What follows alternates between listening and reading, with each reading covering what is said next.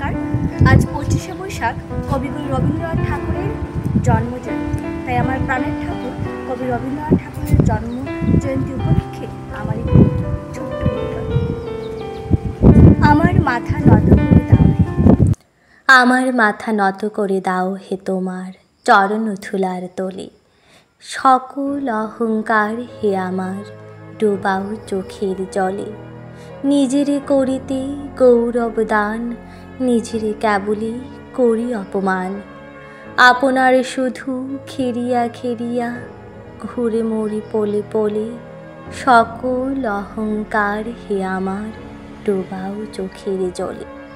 আমার না যেন করি প্রচার আমার আপন কাজে, তোমার ইচ্ছা করো হে পূর্ণ আমার জীবন মাঝে। যাচি হে তোমার চরম শান্তি, পরাণে আমার পরম কান্তি। আমারই আড়াল করিয়া দাঁড়াও হৃদয় পদ্মদলে। সকল অহংকার হে আমার ডোবাও চোখের জলে।